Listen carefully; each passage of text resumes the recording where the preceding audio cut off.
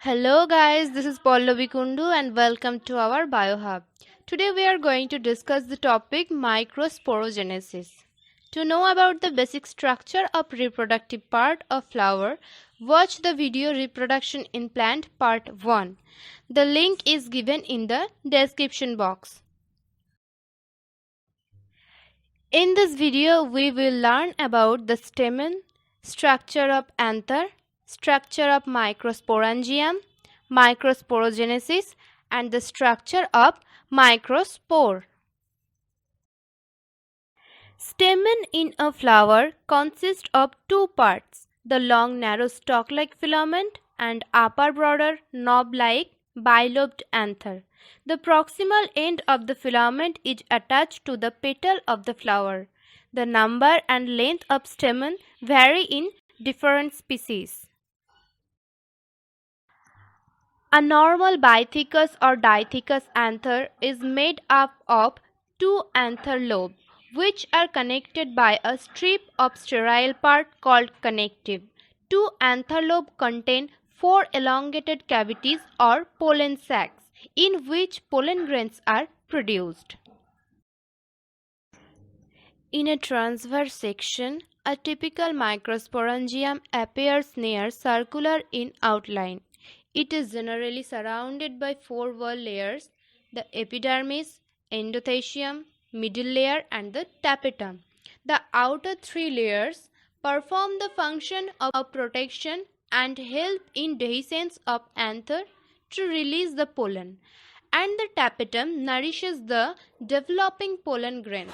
Cells of the tapetum possess dense cytoplasm and generally have more than one nucleus. When the anther is young, a group of compactly arranged homogeneous cells called the sporogenous tissue occupies the center of each microsporangium.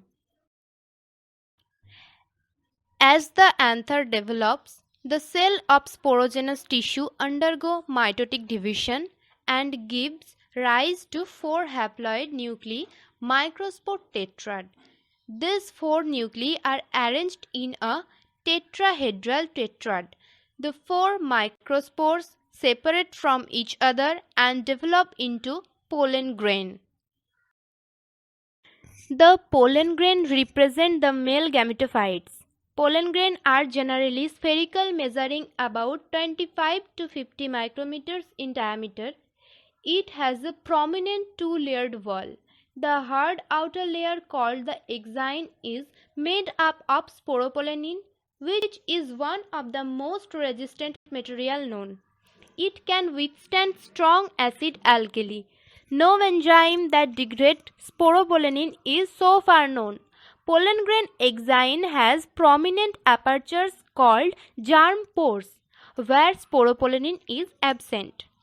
The inner wall of the pollen grain is called the intine. It is a thin and continuous layer made up of cellulose and pectin. When the pollen grain is mature, it contains two cells, the vegetative cell and generative cell. The vegetative cell is bigger, has abundant food reserve. The generative cell is small and float in the cytoplasm of the vegetative cell.